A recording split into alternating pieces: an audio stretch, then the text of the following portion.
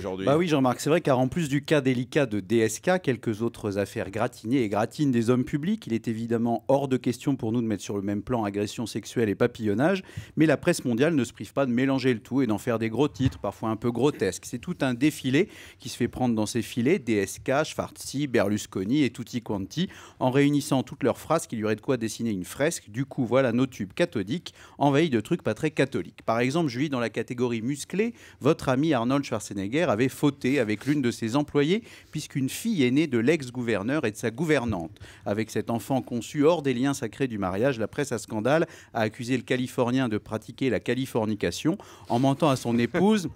L'ancien Terminator s'est mis en tort et pour lui, les derniers rêves de bureau ovale se sont envolés. Depuis la capitale de l'État de Californie, l'ancien roi de Sacramento passe même pour un sacré mytho.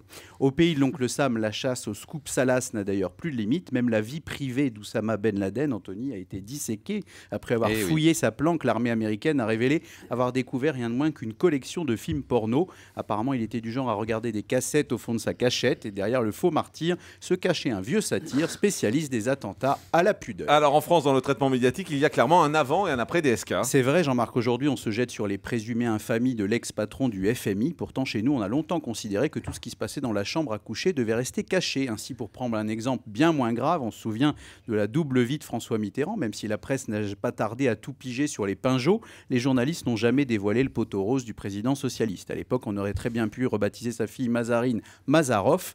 Mitterrand avait beau traiter en public les journalistes de chiens, il leur avait quand même donné une double noce à ronger. Et en parlant d'os à ronger, ou plutôt de pétard mouillé, un mot sur le procès express d'hier. Quitte à se mettre quelque chose sous la dent, on aurait aimé que les médias aient une approche plus incisive. Au tribunal, on a attendu en vain que DSK passe aux aveux, mais l'accusé n'était pas très causant. Et au final, Bastien, votre œil de communicant sur cette affaire? Eh bien, Jean-Marc, cette affaire, c'est du pain béni pour les médias. Hier, chaque chaîne a déployé les grands moyens pour aider décrocher le gros lot, de récupérer une part de la Strauss-Cagnotte, un nouvel épisode du grand cirque médiatique. Aujourd'hui et sans doute pour longtemps, il suffit d'ouvrir un journal ou d'allumer la télé pour être informé d'office, d'histoire, de fesses. Merci beaucoup, Bastien Millot.